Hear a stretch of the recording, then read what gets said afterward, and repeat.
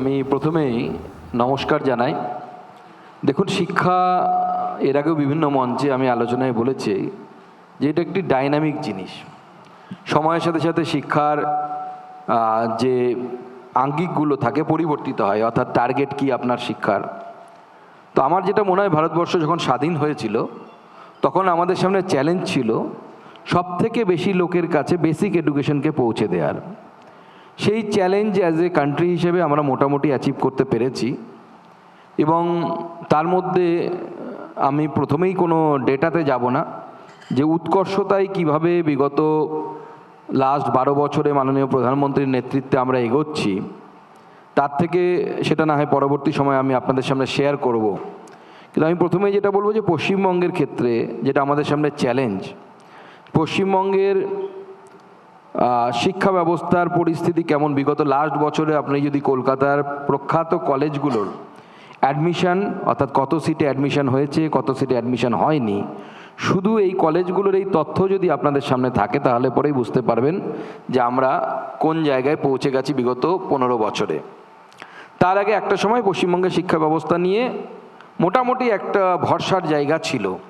তার কোয়ালিটি কতটা ছিল, তাতে কতটা পলিটিসাইজেশন হয়েছে সেই বিষয়ে আমি আপাতত যাচ্ছি না, কিন্তু কোয়ালিটি মোটামুটি একটা মেনটেন করার চেষ্টা হয়েছে। কিছু মধ্যমেধার চাষ হয়েছিল, তখনও হয়েছিল, আর 15 বছরে সেটাকেই প্র্যাকটিস করে ফেলা হয়, মানে মধ্যমেধার চাষটাই উচ্চশিক্ষাতে প্র্যাকটিসড হয়ে যায় এবং সেটাই স্ট্যান্ডার্ডাইজেশন হয়ে যায়। এবার আমাদের জন্য যেটা সুখবর, এবার কিন্তু উচ্চশিক্ষাতে পশ্চিমবঙ্গের সরকারের পরিবর্তনের সাথে সাথে এই সরকারের 100 দিন হয়েছে, তেমন কিছু করার মতো পলিসিগত কিছু পরিবর্তন হয়েছে, কিন্তু ভূমিগত পরিবর্তন করার মতো এত সময় হয়নি, আরও সময় দরকার। তবু যা তার মধ্যে যেটা প্রমিসিং মনে হচ্ছে আমার, সেটা হচ্ছে ভরসার জায়গা।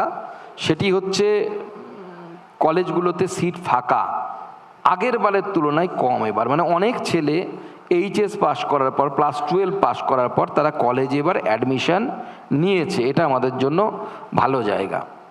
এবার বলবেন এর রোড ম্যাপ কী? গোটা ভারতবর্ষের বিভিন্ন রাজ্যগুলো যে রোড ম্যাপকে ফলো করছে, সে যে রাজনৈতিক দলের সরকার হোক না কেন, দুটো রাজ্য বাকি ছিল, পশ্চিমবঙ্গ আর কেরালা মাঝে সাইন করেও পিছিয়ে গেল। সেটা হচ্ছে ন্যাশনাল এডুকেশন পলিসি 2020।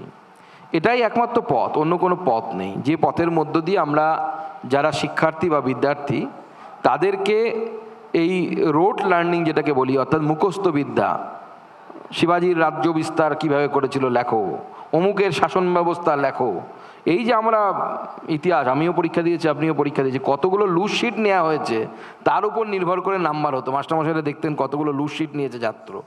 এই জায়গা থেকে অ্যানালাইটিক্যাল এবিলিটি আছে কি নেই। পানিপথের প্রথম যুদ্ধে যদি বাবর হেরে যেত তাহলে কি হতো, এই জায়গায় আমাদেরকে পৌঁছতে হবে।